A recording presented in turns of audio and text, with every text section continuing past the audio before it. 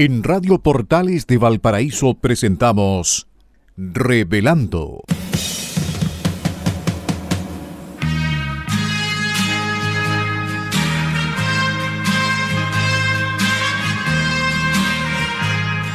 Un programa donde se abordan temas de actualidad, contingencia y la agenda cultural de la zona. Entrevistas del ámbito nacional e internacional. Revelando es presentado y auspiciado por Asofar AG, Asociación de Oficiales de la Armada de Chile en Retiro, Asociación Gremial. Con ustedes, Revelando en Radio Portales de Valparaíso.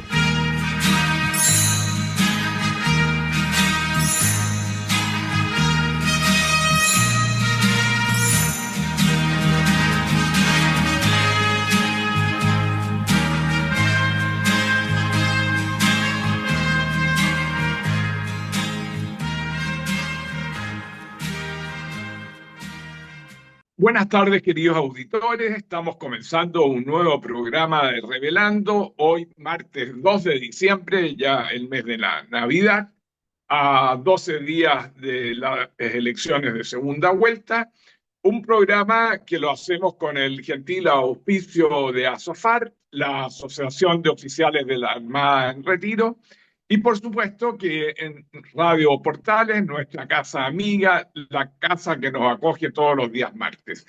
Hoy, con Eugenio Guerrero, nuestro periodista venezolano-chileno, y Patricio Schiavetti, quien les habla, abogado, lamentando la ausencia de nuestra querida Pilar Soberano. Agradecemos la colaboración de los radiocontroladores de Radio Portales, Gerardo Terán y Luis Salina, y por supuesto de nuestro periodista Enzo Alvarado. Debemos señalar que las opiniones que vayamos a vertir en el programa son de nuestra exclusiva responsabilidad y no representan necesariamente ni la opinión de la Asociación de Oficiales de la Armada en Retiro, ASOFAR, ni de Radio Portales. Y como está ausente Pilar hoy día, no vamos a olvidar lo que ella permanentemente realiza los días martes, cuál es transmitir el apoyo del programa a los damnificados del incendio de hace casi ya 2 años en Viña del Mar, Quilpué y Villa Alemana, y reiterar la falta de eficacia de gestión del gobierno a través del ministro de la Vivienda, que aún no soluciona los problemas a estos damnificados y que ni siquiera han construido un monolito en recuerdo de los 139 fallecidos. Así que esperamos que en un nuevo gobierno, con nuevos aires y centrado en solucionar el problema a la ciudadanía, se pueda lograr para esos damnificados finalmente una vivienda justa y digna. Querido Eugenio, para empezar el programa nos vamos a referir a la efeméride del 2 de diciembre. La primera es muy importante para los marinos porque se funda la Escuela de Condestables, ayudantes de condestables, artilleros y torpedistas de preferencia. Al establecer dicho plantel a bordo del blindado Almirante Cochrane, el presidente Jorge Montt dio vida oficial a lo que el tiempo se transformó en la Escuela de Artillería Naval, instalada el 4 de diciembre de 1943 en las Salinas de Viña del Mar, en la avenida Jorge Montt. Fue fusionada en 1947 con la Escuela de Torpedos que había permanecido en Talcahuano, y en 1972 el plantel pasó a denominarse Escuela de Armamentos. Su creación dio origen a la celebración del Día de la Especialidad de Artillería Naval. Así que desde el programa transmitimos nuestro más afectuoso saludo a todos los artilleros navales de la Marina de Guerra de Chile, de ayer y de hoy, que están en servicio activo y en retiro. Y gracias al general Geldres, también tenemos otra efeméride que se refiere a una efeméride nacional, Y un 2 de diciembre de 1871, el presidente Federico Errázuriz Zañarte promulgó la ley sin número por el cual se creó el Ministerio de Relaciones Exteriores como cartera independiente del Ministerio del Interior, pasando este ministerio a ser el segundo en el orden de precedencia. Junto con el nacimiento de este nuevo ministerio, se procedió a designar al primer ministro de Relaciones Exteriores, nombramiento que recayó en la persona de Adolfo Ibáñez Gutiérrez, quien desempeñó dicho cargo desde el 23 de diciembre de 1871 hasta el 5 de abril de 1875. Hoy la Academia Diplomática lleva su nombre. Lamentablemente no nos vamos a poder referir a los mártires de Carabineros y vamos a continuar nuestra pauta, Eugenio, refiriéndonos a las elecciones de segunda vuelta. Ya estamos a 12 días de las elecciones y por un lado yo noto a una candidatura muy nerviosa dando palos de ciego en una propaganda odiosa en televisión de la franja electoral, y por otro lado una candidatura muy permanente, tranquila, dando a conocer sus programas y con reuniones con distintos partidos, como por ejemplo los demócratas y amarillos, que han manifestado su deseo de apoyar la candidatura de José Antonio Kast, entre ellos Jimena Rincón, Jorge Tarut, Carlos Maldonado y otros dirigentes de este partido. Por otro lado, hemos sabido que el PDG el Partido de la Gente, efectuado un plebiscito para determinar qué va a hacer en la segunda vuelta, que determinó que un 78% quiere votar nulo y en blanco, un 20% estaría por apoyar al candidato Kast y un 2% a la candidatura de Jara. Pero mi impresión es que más allá de lo que pueda decir esa votación, ya hay dirigentes del partido como el nuevo diputado Javier Olivares que han manifestado que ellos no van a votar por una candidata comunista y que van a dar su apoyo a la candidatura de José Antonio Kast. Eugenio. Miren, sí, el análisis que diste me parece bastante acertado, sobre todo por la caracterización de ambas campañas, ¿no?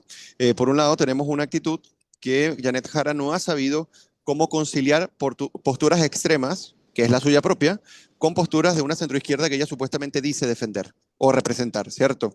Esto hace que en un clima dubitativo, en donde ya se pronostica una derrota no menor, incluso les recuerdo a nuestros auditores que las encuestas en promedio dan que la diferencia entre Janet Jara y José Antonio Kast puede llegar a ser hasta 20 puntos, ¿ok?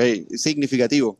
Representaría incluso, sería mayor que la que tuvo Gabriel Boric frente a José Antonio Kast en los comicios anteriores, hace ya 4 años, ¿cierto? Entonces, esto sería un golpe muy duro a la izquierda, porque acá, Patricio, yo no sé si vamos a convenir en esto, no solamente aquí vale la pena ganar, sino que vale la pena ganar por mucha diferencia. ¿Por qué? Porque nosotros nos enfrentamos a la pretensión camaleónica de decir que se representa un sector que realmente no se representa, porque en los hechos, en la conducta y en lo que se promueven, no se promueven posturas de centro izquierda. Y segundo, que hay una centro izquierda que se presta al juego, ¿ya? Lo cual también es bien peligroso, porque una centro izquierda que cuando conviene se muestra moderada, pero cuando conviene también se suma a una especie de campaña, que es una campaña claramente que da indicios que es falsa, que se pronostica una derrota para esa misma campaña, y que por otro lado la de José Antonio Kast se ha mantenido, y estoy de acuerdo contigo, en una línea con mayor madurez, menos ataques personales, menos ataques directamente a las instituciones, sino que se ha enfocado, tú bien lo dijiste, en la propuesta. Y eso me llama la atención, porque normalmente en un clima donde hay debates y donde hay que diferenciarse, que era lo que pasó, por ejemplo, en esta primera vuelta, que resultó ser una especie de primarias de derecha, ahí había que diferenciarse, obviamente. José Antonio Kast se ha mantenido un poco callado, si podríamos decir, o tratando de no polemizar, incluso antes de iniciar esta segunda vuelta, y esta ha sido la línea que ha mantenido, y a mí me parece que en este caso es bastante inteligente, y además ha sumado apoyos, tú bien lo dices, que a parecer son transversales porque se sabe, y esa noción a mí es una de las cosas que podríamos decir que nos pueden mantener contentos, es que la gente, Patricio, está, bueno, en este caso los políticos están asumiendo que lo que se enfrentan es algo no menor. Entonces hay que dar una señal muy contundente de que no solamente se gana, sino que se le gana por amplia diferencia y que el comunismo no puede inventar con esto. Y por último, el tema del PDG. El PDG ha decidido de manera bastante cobarde, si podríamos decir, quedar outside de algo en el que ellos están implicados. Cuando me refiero a implicados es que los partidos políticos siempre están implicados en la opinión pública y en el rumbo institucional que toman los países, seas poder o no. Entonces ellos, a mí me parece que esto es una actitud mal creada, no ganan la primera vuelta, pero ellos siguen siendo parte del escenario. Hay casi 20% de los votos que los apoyan y obviamente los partidos políticos, si se someten a sus funciones, también tienen que ser guías. Y cuando tú ves un Franco Parisi que no entiende nada de esto y a un partido que se presta a este tipo de cosas, es decir, no vamos a apoyar ningún candidato, como si la gente tuviese que salir corriendo a rogarle a ellos por los votos y ellos no asumir ninguna responsabilidad, lo que se termina constatando es que ellos no tienen ni la madurez, ni la convicción, ni la formación, ni la responsabilidad cívica de asumir el destino del país, ni ahora ni en ningún momento. Así que no sé si fui muy duro con esto último, pero a mí me parece que esto es una clara demostración no solamente de cobardía, sino de irresponsabilidad cívica. Totalmente de acuerdo, Eugenio. Yo creo que respecto del PDG, esa encuesta no va a verse reflejada en la votación del 14 de diciembre y los partidarios de este partido van a manifestar claramente su opción por José Antonio Kast porque no están por apoyar una candidata comunista. Así que yo creo que esa decisión del partido les va a pasar por arriba y ya es muy claro y indicador lo que ya ha manifestado Javier Olivares, el nuevo diputado del PDG, en que no va a seguir la línea del partido y en la urna el voto es secreto y eso es lo que finalmente vamos a poder saber. Lo otro que a mí me ha parecido de una muy buena actitud lo que ha estado haciendo el Partido Republicano en cuanto a reunirse con los principales equipos de los candidatos, por ejemplo, Matei, Kaiser y los otros partidarios, de manera de recoger las mejores experiencias e ideas de esos equipos, especialmente en economía, en salud, en educación, lo que indica, y lo ha señalado el candidato Kast, de ir a un gobierno de unidad nacional, porque lo que está en juego no es el gobernar es un gobierno del momento, sino un gobierno de Estado que tiene que entrar a solucionar grandes problemas y eso requiere la unidad de todo el país y particularmente la unidad de los partidos para llevar adelante las soluciones tan urgentes que requiere Chile. Sí, mira, yo quiero hacer un comentario con respecto a estos últimos que dices, porque, mira, si acá, bueno, yo, por ejemplo, fui bastante crítico de la falta de capacidad organizativa y programática que tenía José Antonio Kast y el partido en general, ¿no? Entonces, esto es sintomático de que ellos asumieron esta falencia y, como tú bien dices, ellos, ellos asumieron esta responsabilidad y a partir de asumir esta responsabilidad dicen, bueno, tenemos falencia y vamos a recurrir a concentrar los mejores equipos y al parecer eso incluso está ocurriendo en amplio y puede ocurrir posterior a la segunda vuelta también con el Partido Nacional Libertario. Entonces eso me parece a mí interesante porque no es una proyección, Patricio, solamente de corto plazo, sino que es una proyección de mediano plazo y hablando de gobiernos a largo plazo. Así que me parece interesante. Ojalá esto resulte bien porque al final de cuentas la derecha tiene que unirse para el bien de Chile e incluso una centroizquierda que quiere aportar, pero obviamente bajo la conducción de un gobierno de derecha que necesita dar soluciones tajantes. Respuestas Sí, tajantes que necesitan los perfectamente. chilenos. Así es.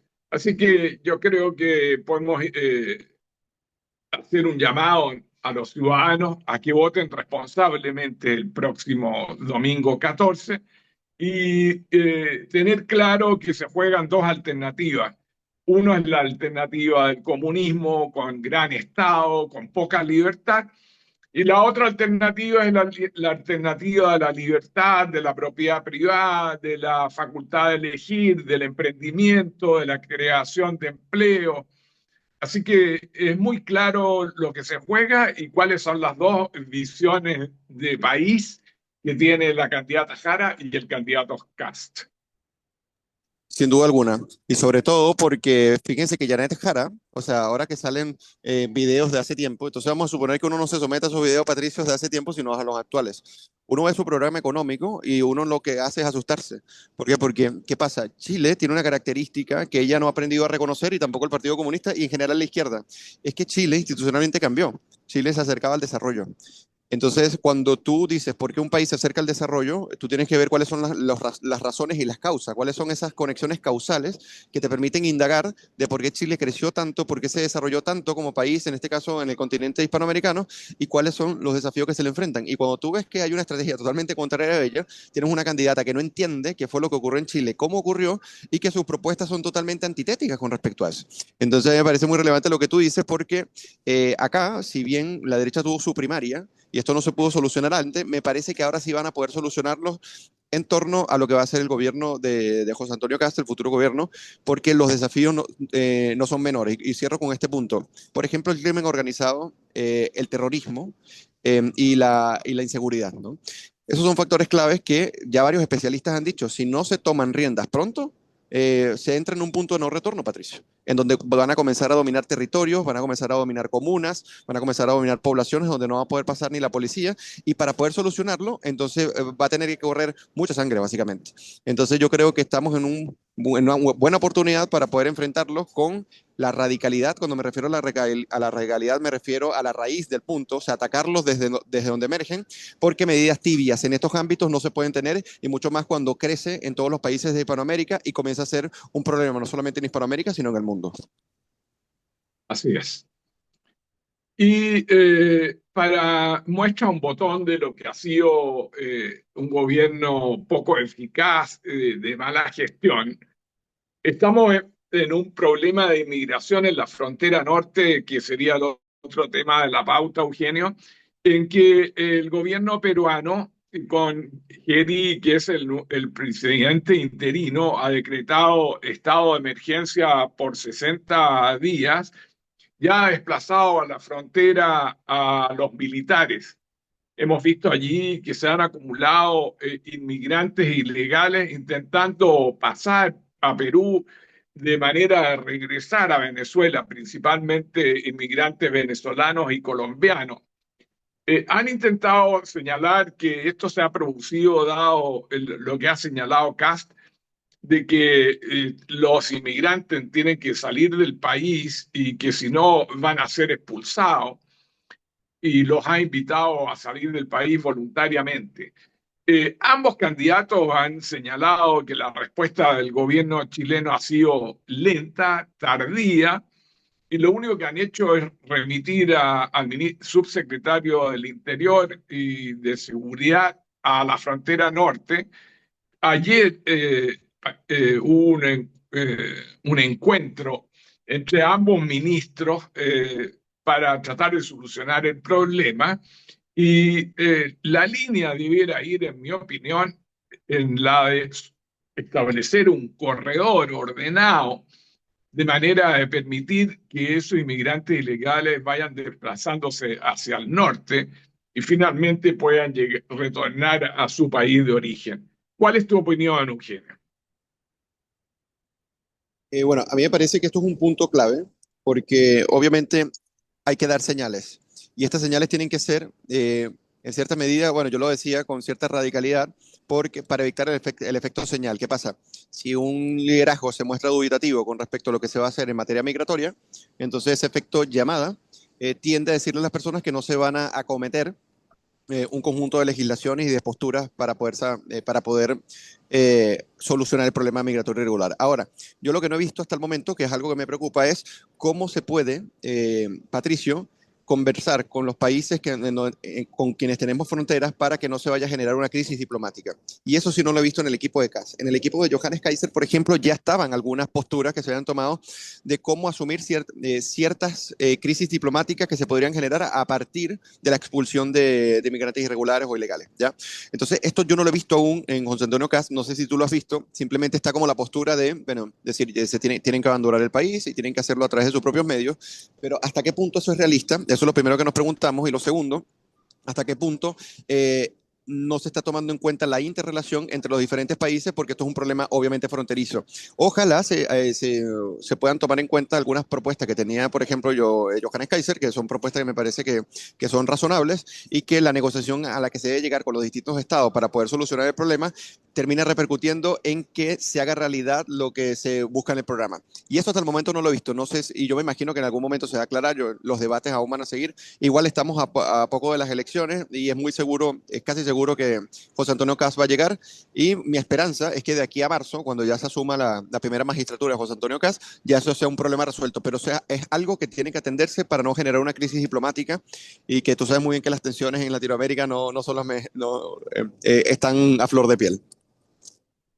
Sí, para que tú veas y los auditores que nos escuchan observen y tengan una posición, mientras el presidente Geni, que es el presidente interino, se sitúa en Tacna y lidera directamente el movimiento de los militares y la policía en la frontera norte, el presidente permanece en Santiago y no se traslada a Arica a liderar o dirigir directamente el problema. Esto es como se gestionan las problemáticas en nuestro país y traslada el problema al ministro de Relaciones Exteriores, de lo cual no hemos sabido cuáles fueron los resultados de las conversaciones con el canciller peruano. Y continúa el problema en la frontera norte con una alta presencia de inmigrantes y que sin solución, sin posibilidades de desplazamiento y sin posibilidades que, como yo sostengo, se pueda establecer este corredor eh, de inmigrantes que permitan este desplazamiento de ellos hacia el norte. En definitiva, yo creo que es un problema no solamente de Perú, están involucrados Bolivia igualmente, están involucrados todos los estados porque el problema de inmigración va a continuar y mientras permanezca el problema de Maduro y las presiones de Estados Unidos. Así que el problema está sin solución y veremos qué es lo que resuelve el gobierno chileno de manera a tener una posición más firme y dura para solucionar el problema. Y para terminar la primera parte del programa, Eugenio, nuestra querida Pilar, como ella es la que dispone inteligentemente la música y yo comparto con ella, nos ha dejado como canción la canción I Can See Clearly Now. Yo puedo ver claramente ahora, de la cantante Jimmy Cliff, que murió recientemente a los 81 años, la primera voz del reggae jamaicano. Así que en homenaje a Jimmy Cliff, esta canción tan bonita de que yo puedo ver claramente ahora. Así que vamos a la pausa, Eugenio, queridos auditores. Perfecto, nos vemos en el próximo. Y estamos de vuelta nuevamente en nuestro programa de cada martes Revelando, después de haber escuchado la canción de Jimmy Cliff que se llama I Can See Clearly Now, que recomendó nuestra gran y estimadísima Pilar Soberado, a la cual le echamos de menos. Y bueno, hoy nos encontramos en el programa Patricio Schiavetti, Enzo Alvarado en los controles y quien les habla, Eugenio Guerrero. Así que, bueno, ¿qué nos plantea la pauta? Tenemos tantas cosas internacionales que tratar, Argentina, Honduras, Venezuela. ¿Con qué quieres partir, Patricio? Sí. Mira, vamos a partir con una noticia de Argentina que podría ser una noticia de poco interés para el auditor, pero yo creo que nos debiera poner un poco nerviosos porque el lunes el gobierno argentino informó que el nuevo ministro de Defensa será el general Carlos Alberto Presti, actual comandante del ejército, el primer militar en ocupar esa posición desde el final de la Junta Militar que gobernó el país entre 1976 y 1983. La novedad es que sea un militar el que ocupe la cartera de ministro de Defensa. Y lo segundo es que el general Presti tomó la decisión de continuar como militar activo tras asumir el cargo. Yo creo que hay un plan estratégico del gobierno Milei muy claro, un plan de adquisición de armamento, de renovación de armamento, especialmente en materia de aviones de la Fuerza Aérea, en material naval para la Armada, y esto del nombramiento del general Presti, que es el actual comandante del ejército, como ministro de Defensa, nos debiera inquietar en todo lo que dice relación con el plan estratégico defensivo de Milei, que contrasta con la actitud del presidente Boric de generar conflicto con nuestros principales aliados, por ejemplo, Israel, Estados Unidos, que son los que nos han permitido ser los permanentes proveedores de material de guerra y renovación de nuestros equipos e integración de nueva tecnología frente a una Argentina que tiene clara dónde marcha, cuál es su plan estratégico, un Chile que no marcha en forma clara y con un presidente que genera conflictos con estos aliados, como he señalado. Sí, mira, tú tocaste un punto interesante y comentabas que si bien no es de mucho interés de los auditores, yo pienso que sí debe ser de interés en términos de no solamente cómo se manejan las carteras ministeriales, por ejemplo, y a quién se designa, sino en las relaciones internacionales propias de Chile.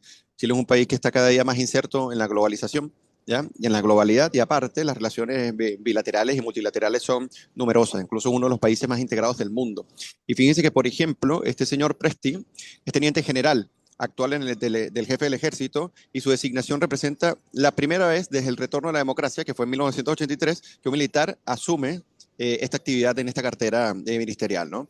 Y fíjate que la asunción está programada para muy pronto, Patricio, para el 10 de diciembre, ahora, del 2025.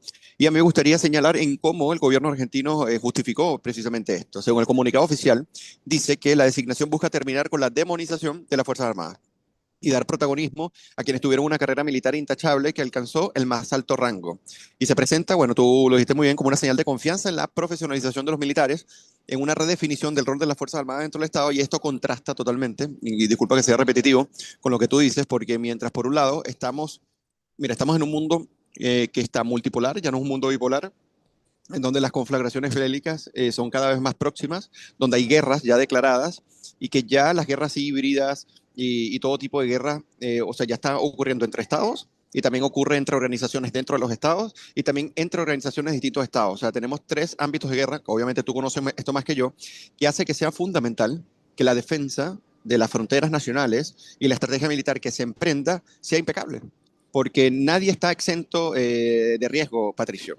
Y mucho más los países que en este caso somos países que vamos en vías del desarrollo y que a nivel técnico, bueno, el ejército de Chile ha sido ejemplar.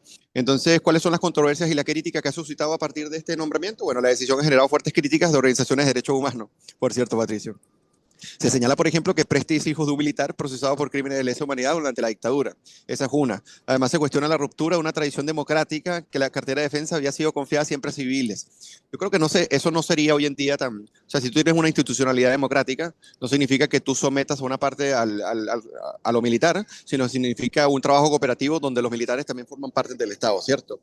Y algunos críticos advierten riesgo de politización de las Fuerzas Armadas y de una regresión en materia de memoria histórica. Obviamente, la mayoría de quienes critican y declaran esto son organizaciones de izquierda extremas que no se atreven ellos a denunciar cuáles fueron los actos terroristas que esas mismas organizaciones a las que pertenecieron y que suscribieron sus actos, ellos no han hecho ni un mea culpa, ni siquiera la nombre. Entonces el descaro normalmente de la izquierda internacional, en este caso de la Argentina, es impresionante. Así que yo quería aportar eso hoy. Patricio. Sí, lo dejamos como una preocupación, un comentario para los auditores y que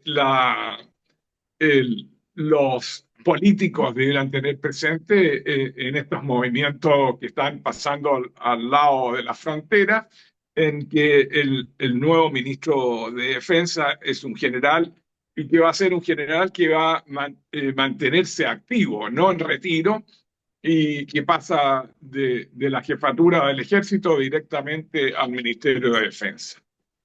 Y tenemos buenas noticias, Eugenio, que vienen de Centroamérica. Esperamos así que Centroamérica y América vayan llenándose de candidatos presidenciales de derecha. Tenemos la noticia de que aún sin resolver de manera definitiva, porque tenemos un sistema electoral muy lento, estaría siendo elegido Nasri Asfura con una leve ventaja como presidente de Honduras y que es el candidato de derecha y ex alcalde de la capital que aventaja por 0,2 puntos al también candidato de derecha Salvador Nasralla. Así que con 500 votos de diferencia vamos a tener que esperar en definitiva lo que nos señale el Consejo Electoral.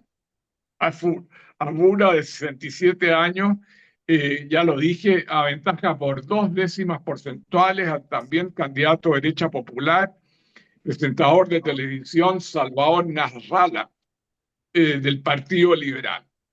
Aquí la candidata de izquierda, eso sí, es absolutamente derrotada. Rixi Moncada, del Partido Libre, de 68 años, aparece tercera solamente con 20 puntos de distancia, con el 19,9% de los votos.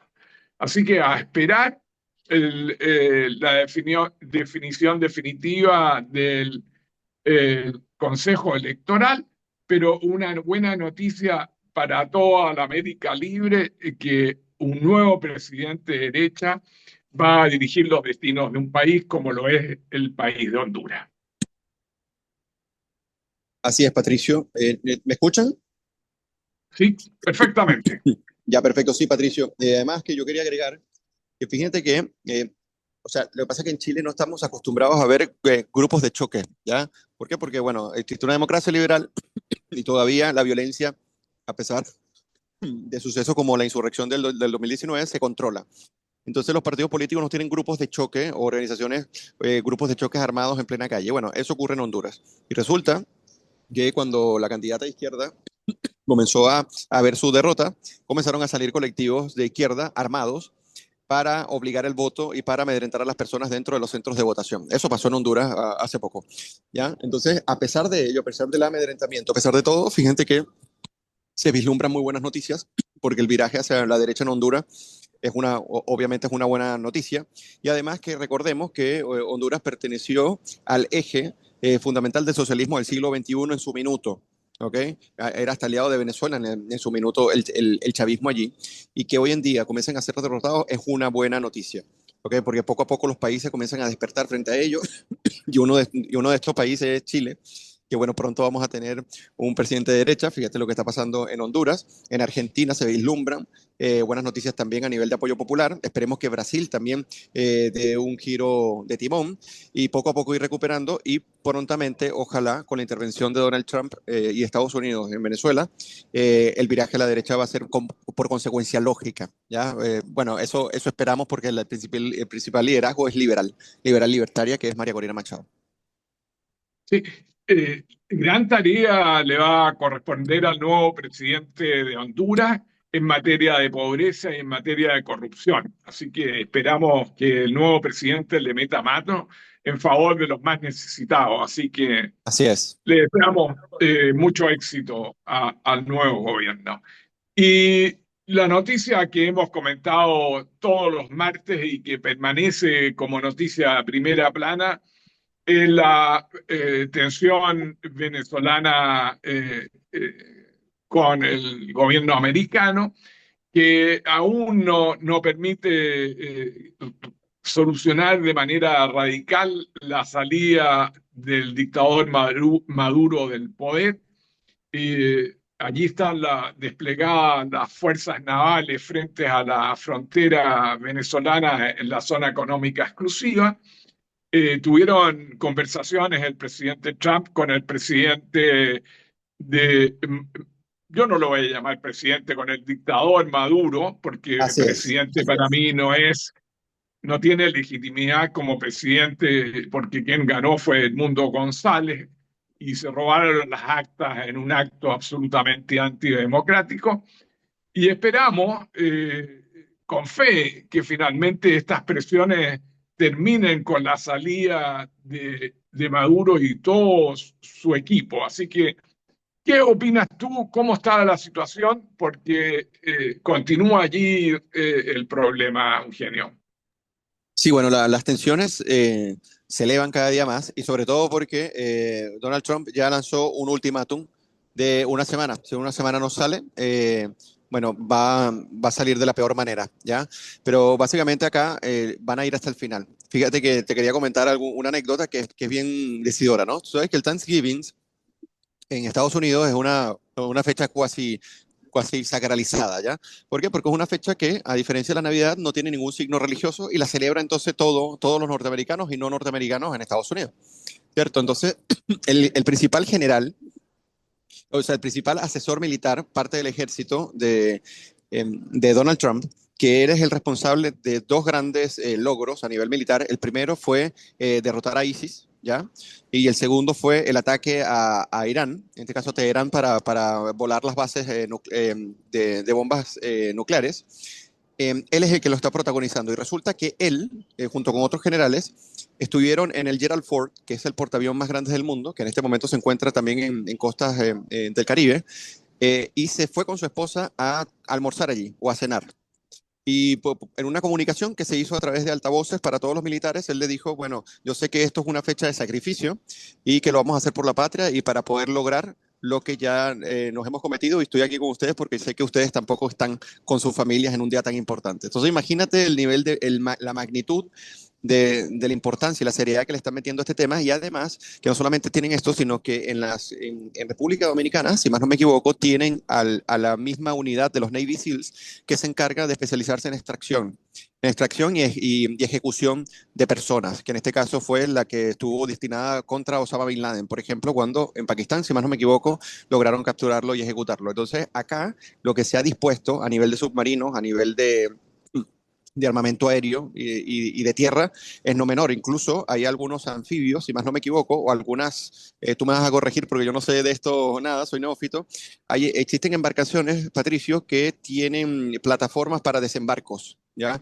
Entonces, obviamente, cuando esto está dispuesto, entonces esto no es algo defensivo, esto es algo que se está planificando para ser ofensivo incluso por tierra.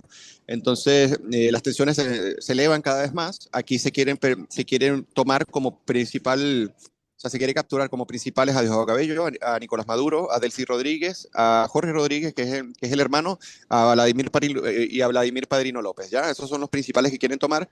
Eso no significa que no quieran tomar a otros en la cúpula, pero sí quieren descabezar básicamente a los principales liderazgos terroristas, narcodictadores y asesinos, que esos son los que representan ellos, y esto obviamente puede ser una gran noticia porque, bueno, Maduro también es un aliado de María Corina Machado y de Edmundo González Urrutia, que es el presidente, y pues finalizo el comentario porque tú hiciste un punto que yo siempre hago, ¿no? Los periodistas internacionales tienen la mala costumbre de hasta el momento decirle presidente a Nicolás Maduro, él no es el presidente, es un usurpador, ¿ya? Él se robó las elecciones de una manera descarada y con total del parpajo salió a decir que era presidente de la República, pero no es el presidente es Edmundo González y él puede detentar el poder, pero el poder no tiene legitimidad en este caso. Es un secuestrador del poder y además es un violador sistemático de los derechos humanos. Entonces llamarlo así como presidente es darle una investidura que no se merece y que de paso es un irrespeto básicamente a las sociedades democráticas. Así que yo te agradezco mucho el comentario que haces, pues yo siempre vivo haciéndoselo a los periodistas que siempre le dicen presidente a Nicolás Maduro cuando él no lo es. Así que esperemos que haya la intervención. Yo tengo mi esperanza que así va a ser, según los especialistas, al parecer es inminente. Así que bueno, veremos qué pasa en los siguientes días, pero yo lo veo con ojos positivos. Sí, es tan inminente que ayer por las noticias nos enteramos que se reunió Trump con su Consejo de Seguridad, entre ellos el ministro de Guerra, el ministro de Relaciones Exteriores Rubio y sus principales asesores, el general que estaba desplazado en la zona del conflicto, y de manera de tomar una resolución. Yo no puedo pensar que con un desplazamiento de un portaaviones, de fragata, de fuerzas de desembarco, de los marines, de los infantes, eh, solamente sea un elemento de presión, porque en definitiva Maduro, que es un payaso que sigue bailando y cantando en inglés, no haya finalmente salir del poder. Yo creo que estamos a puertas de una intervención en tierra del gobierno de Trump que finalmente permita la caída de Maduro y toda la cúpula que lo rodea. Amén, que así sea. Yo estoy totalmente de acuerdo contigo, y más porque, bueno, han salido personeros de izquierda, incluso hasta el New York Times, a dar declaraciones que de verdad, Patricio, es para desmayarse, porque entrevista como líderes opositores a personas que tienen contubernio con la dictadura y lo que hacen es lavarle la cara en el ámbito internacional, pero mientras otros diarios mucho más serios como el Washington Post están hablando de la inminencia y cuáles son, porque hay que decirlo acá, muchas personas dicen, bueno, Donald Trump lo está haciendo de manera arbitraria. No, acá hay un tribunal en Nueva York, ¿ya? Que está dando dictamen precisamente porque lo que se hace es comprobar los vínculos y también el liderazgo que tiene Nicolás Maduro y la cúpula con respecto al Tren de Aragua y cómo esta canaliza, distribuye y produce cierta cantidad de drogas para que llegue a Estados Unidos. Y además todos los crímenes que se cometen al albor propio del Tren de Aragua, que es uno de los vectores en donde todo este narcotráfico y terrorismo ocurre en todo el continente. Entonces el daño es tan grande, el daño que se le ha hecho al continente y en este caso a Estados Unidos, además del de Venezuela, que acá hay elementos jurídicos. Obviamente esto es distinto a la Corte Penal Internacional, pero es bueno reflejar acá que acá no se están haciendo las cosas a la mala, o al libre arbitrio, sino que hay tribunales con disposiciones y sobre todo cuando nombran a Maduro terrorista, básicamente hay una recompensa que empezó con Biden y luego en este caso con Donald Trump que la sube a $50 millones y que esto hay que hacerlo de manera inminente porque son enemigos básicamente ellos de la nación norteamericana, de su paz y de su seguridad nacional, que como tú sabrás ellos se lo toman muy en serio. Así que esperemos que esto ocurra, que ocurra lo más pronto posible y que Venezuela, porque al final esto también va a liberar tensiones en el propio continente con respecto a la migración venezolana, que en este caso son más de 8 millones de personas que se encuentran por todo el mundo y la mayoría, supongo, en Hispanoamérica, y liberar esta tensión también le va a hacer mucho bien al continente porque muchos van a poder retornar, muchos van a poder alojarse y muchos van a poder llegar a su territorio natural, si podríamos decir, porque mucha gente, como tú lo sabes, Patricio, sale porque no tiene otra opción. ¿Ya? Porque no tiene cómo alimentarse, no tiene cómo alimentar a sus hijos y la necesidad los empuja. Entonces, se tiene que acabar esta tragedia para que puedan retornar a casa y poder ser felices con sus familias en una sociedad que tenga instituciones y democracia, que obviamente no va a ser fácil, porque esto es obvio, pero que se va a poder lograr. Pero todo esto comienza con una intervención de Trump porque no hay forma de sacarlos. Ya se intentó democráticamente por todos los medios, ya se intentó internamente con levantamientos internos, ahora toca el externo y en este caso el apoyo de Donald Trump. Sí. Habrá que rezar y rogar para que tengamos un buen resultado en Venezuela, para que tengamos nuevamente una Venezuela grande y libre y que caiga finalmente el dictador. Esperemos que la intervención de toda esa fuerza de tarea frente a las costas venezolanas finalmente se decida a obrar para que finalmente atrapen al dictador o sencillamente salga del país. Yo creo que estamos terminando ya el programa, Eugenio. Decirle a los cristianos, a los católicos, que tengan un bonito día lunes 8 de diciembre, que es el Día de la Virgen, que hay muchos motivos para rezar, entre otros esto de la libertad de Venezuela, de que Amén. tengamos un buen resultado el próximo domingo 14, de manera que vuelva Chile a tener libertad, a tener esperanza para ser un país libre, grande, próspero, en crecimiento, con más empleo, preocupado de los más necesitados. Eh, Desearle a los ciudadanos que vayan a votar, que voten de manera apropiada, cada uno sabe cómo vota, pero hay una claridad en las dos posturas que te indica por quién deberás votar. Así que con todos estos buenos deseos, esperamos vernos el próximo martes 9 de diciembre, en mes de Navidad, que va corriendo muy rápidamente, Eugenio.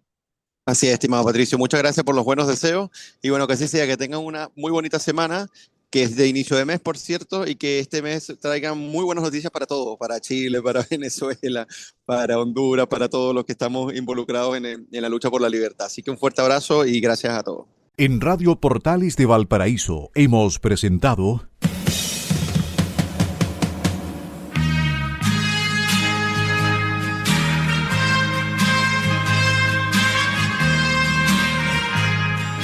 Revelando, un programa donde se abordan temas de actualidad, contingencia, entrevistas del ámbito nacional e internacional.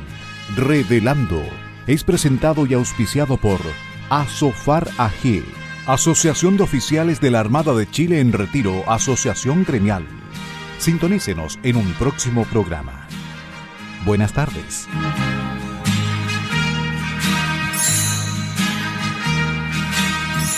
Las opiniones vertidas en este programa son de exclusiva responsabilidad de quienes las emiten y no representan necesariamente el pensamiento de Radio Portales de Valparaíso,